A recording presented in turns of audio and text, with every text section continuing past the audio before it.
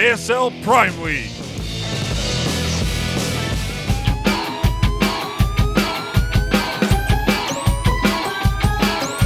Back to game number 1 of Group F here in ASL Season 5 Legs of the Void Prime League beta.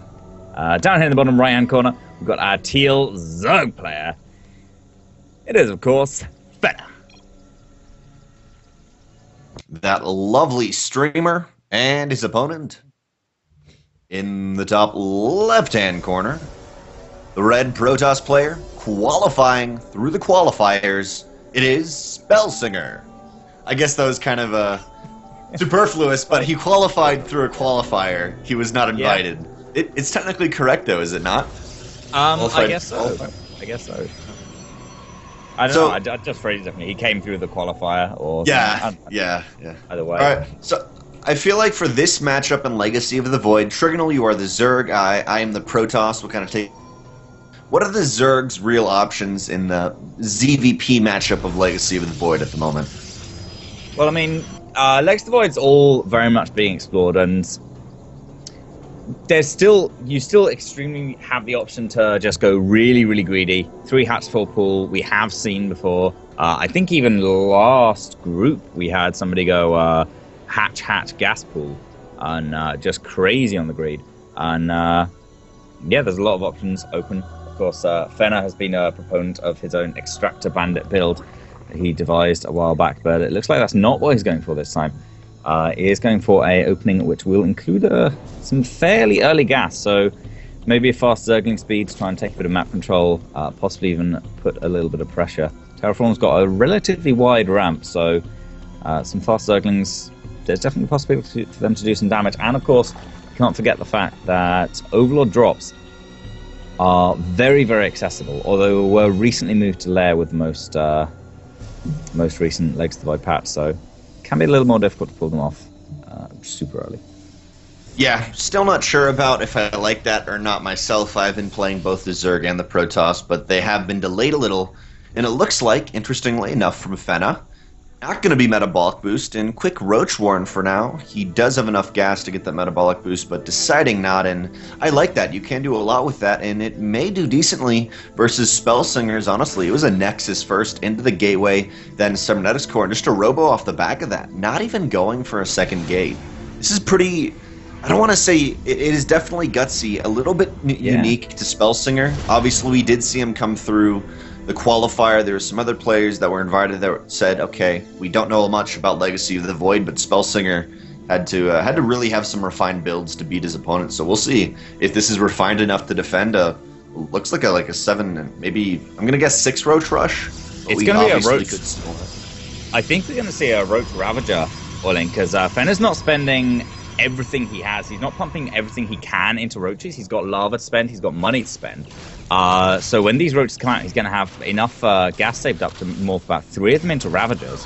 And could well go that route. Yeah, there we see 3 Ravagers morphing in here.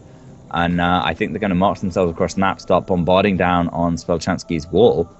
So that's what he was saving up that gas for. And yeah, here they go. It begins. Yep. And with those Ravagers against a Protoss, generally as Protoss, part of the Sworn Legacy of the Void, you're always relying off the Sentry Force Fields to buy a couple extra seconds. But with those Ravagers, the Corrosive Bile destroys those Force Fields. SpellSinger actually is not going for that, though, has 2 Immortals queued up. First one coming out, and you know, it will be able to defend, but now SpellSinger knows about it. What's beautiful about the pylon defense, it can also be a somewhat aggressive move here, or at least a more long-ranged move, but still, will be taken down. Oh. Wow, 1 Ravager actually goes down. 2 Ravagers are going to come down here for Fenner, and these are expensive units to be losing, and all he's actually taken out so far is a pylon. Yeah, only taking out that pylon, that Immortal of SpellSinger will kind of put the final nail in the coffin to refute this attack or rebuke it for now. But Fenner, still, I like it. Sitting in the line of sight blockers, you know, he doesn't want to give up the map control that he was able to secure through this aggression. He doesn't want to go home and just allow SpellSinger to push out whatever, maybe do like a big gate all into the 3rd base, something like a Sentry Stalker. For now, though, actually, SpellSinger, I mean, truly, if Fenner a little bit too much into SpellSinger's force, it's going to get decimated. 2 Immortals. Sadly, though, the new upgrade or the update has made the Immortal's ability instantly trigger. So it's kind of weird and annoying, but still, Yeah, it's nice. you can turn off. But you can? yeah, Cool. yeah, you can. For now, Spellchansky's gone up to 7 gateways. Last couple just finishing up now, and he's going to be chased down by these stalkers. This is going to be really, really expensive losses. Each of these Ravagers worth 100, and a solid chunk of supply as well. Fenner needs every unit he can get if he's going to hold off this attack. The Warp Prism allows a really, really quick reinforcement rate as well. With that 2-second warp in, a bunch of adepts are going to be able to cut off these Ravagers from ever actually getting back towards the base. But it looks like Fenner is actually going to juke them around and maybe try and apply a bit of counter pressure as he's going to have to give up this third.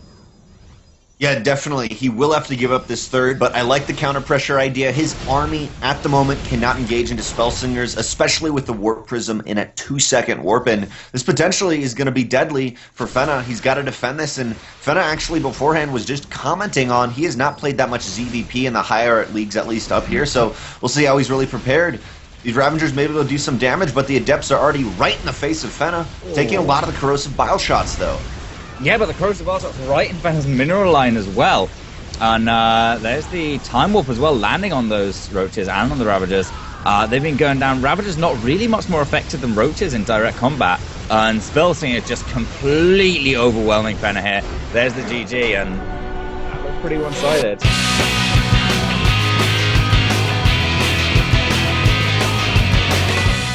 Okay, guys, welcome back for game number 2. Game 1 was over pretty quickly, but hopefully we can drag it out a little longer for this one. Down the bottom left-hand corner. Currently down 1 game, looking to put one back on the board is our Teal Zerg, Fenner. And his opponent, top right-hand corner of Orbital Shipyard, the red Protoss player, currently up a game in this best-of-3 series. Give it up for the SpellSinger. I say the Russian SpellSinger, but that's Russian player, SpellSinger. Now, one thing I would like to comment on, I was talking to you a little bit about Trigonal, but just the idea of, even though SpellSinger went Gateway Nexus, it's not actually greedy by any means, especially on Orbital Shipyard, but because of just how many extra probes you have, right as the Nexus goes down, you know, you can force out some assimilators, pylons, and it's truly not actually that greedy to do it as Protoss, just to note for all you Protosses out there. Yeah, I mean, especially the really early cheeses, the like 6 pool equivalents and such, they don't seem to be as effective in almost any capacity in Legacy of the Void, because there's never that much difference between your tech and your initial early units with a very heavy economic build like an expansion first and getting them up, rushing them as quickly as possible. So I'm sure people will figure out like the proper way to preemptively punish a fast expand build and such, but it'll take a good couple of years after the game's release. Good couple of so years. much has changed. Yeah, I think so. I mean, if you think about how long it took people to figure out, like, you know, oh, you can actually hold 10 pool Baneling with a 15 hatch. You just have to do so many things perfectly. And like, there's so many examples of how people thought, oh, well, this is a build order, just a straight up build order loss. You can't do anything. Yeah. And then people thought, actually, you know what? If you just do this, you have to get a little bit lucky and be really on point with your micro and everything, but you can hold it. And that whole cycle is going to start around again once Legacy of the Void comes out, because the whole early game economy has been completely shaken up. But Fenner's going to sneak a Ling in here, which can give him a nice scout. Oh, no, never mind that. Oh. Perfect timing from SpellSinger.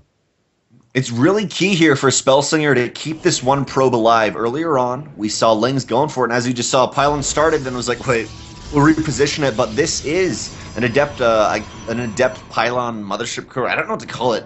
A pylon adept rush. He's here. It's really just going to stop a lot of units coming out from the main. And honestly, even with the Lings already here, it's fine. The mothership core starts off with 50 energy. That means 2 photon overcharges right off the bat. Now that it's been allowed to come all the way across the map, it's got 100 energy. You can photon overcharge all of these, and yeah, actually, Fenner making the correct move, just going across the map. And this is going to be interesting how this may play out, because this initial move by SpellSinger does not do any damage at all. It's actually a commitment on the other side of the map for him. So he's going to have to defend this well if he wants to go through this, and he's got all the tools. Let's see if he uses it. Yeah, I mean, it's going to be pretty easy for him to just hold these lings on his ramp. He's got a sentry, he's got a warp in finish now. He can warp in the sentries and force fields as required, and of course, he can warp in across the map as we see a few adepts being started up. They'll take a while, 16 seconds, given that there's no warp gate next to these pylons, but slowly but surely he will build up this adept force, and he'll be able to kind of march up that ramp. Yeah, definitely. He will be able to march up the ramp. Interesting choice on a photon cannon. Works fine. Maybe SpellSinger wants to save for that teleport home, but still, the teleport home, the mass recall, is only 50 energy. Now, what we just saw there is something you often comment on, Trigonal, just the idea of you can send adepts out and cancel it, but your opponent always has to make the decision, do I follow it or do I not? And if they don't, it's all up to you. Do you want to make the attack or not? And you can easily just hit that escape button and say, not now, I'm going to wait a couple warp ins. Yeah, Spellchansky could have been walking those adepts up the ramp and trying to harass Queen or something. And he did walk up there a little bit just to try and get a little bit more depth on those ghosts, because he's using them for scouting at the minute. They do have full vision around them, so you can very easily send them in, and then he sees Fenner's got the Evolution Chamber, the Roach Warren, Evolution Chamber's wiggling, so he's going to be able to keep a really good handle on exactly what's going on in a Zerg player's base just by sending in the adept ghosts occasionally every couple minutes. Yeah, definitely. You can get some good scouts with it. Now the Ravengers are out. My bad. The Mothership Core has to be careful, but really, worst comes to worst, he teleports home. That is SpellSinger, and still has 3 photon overcharges ready, or actually more than 3. 150. What is that? 6 photon overcharges ready? Yeah, you still have 6 photon overcharges. Yeah. 150 divided by 25 would be 6, but now actually, 2 Ravengers are caught on this side. 3 photon overcharges go down, instantly sniping one of these Ravengers for Fenner. But still, I mean, SpellSinger, he's delaying the 3rd base. 2 base versus 2 base was good for the Protoss and Legacy of the Void, but we'll have to see how it kind of pans out. Sorry, in Heart of the Swarm. But we'll have to see how it pans out in Legacy of the Void right here, especially when, I mean, not much at home. Well, maybe enough. Maybe enough. The force field's good. Yeah. It looks like it's okay. One of the bonuses of that new Immortal Shield ability is it makes it a lot better against the units it was previously slightly worse on. Lings and Marines and such, because they still have to break through that big tough barrier. But yeah, it looks like Fenner's going to finally break out, be able to secure his 3rd base. But of course, SpellSinger, he's got that 3rd coming up. Just a little bit faster, and it's still true in Legs of the Void as it was in Heart of the Swarm. Zerg always wants to be a little bit of base ahead, and if the Protoss can be keeping pace with him in the economic game, it's still still is a good sign for the Protoss player. Spellchansky doesn't really seem to have any big high-tech composition in mind yet. He's just going to be relying on the strength of gateway units for now, which is definitely a viable option with the slight kind of buff to Zealot Charge and Adepts being added in. But he will eventually, I think, have to go for something a little stronger. But you know what? Maybe he's just going to try and make something happen now. Yeah, at the moment, there is +1 attack and Blink. Now, albeit only 4 Stalkers for SpellSinger, but a Warp Prism is on the way, and then DT Shrine. That is a very viable gateway force. Let's see actually how it hits into this 3rd base. Thankfully enough, Fenner has actually opened up the most beautiful opportunity ever for SpellSinger here. And Fenner does spot it. Let's see how this works out. Warp Prism not quite there yet. Neither is Charge. You gotta remember that. But still, that's a lot of Protoss units early on.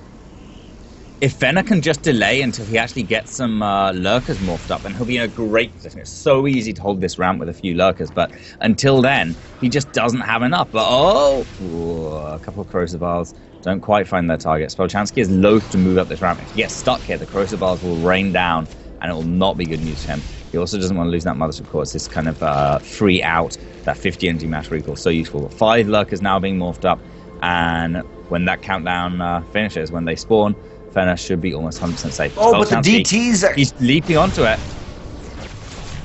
DT's actually in the natural base right now, focusing down. It doesn't matter. The 3rd base and the natural are being attacked. Lurkers are down, but there's already an observer there to defend. And I think they almost go down instantly. No damage from the lurkers. They're able to get out. And GG, SpellSinger. takes game 2 and really a fantastic... Thanks for watching the video. Please subscribe to support the ASL by hitting the button now.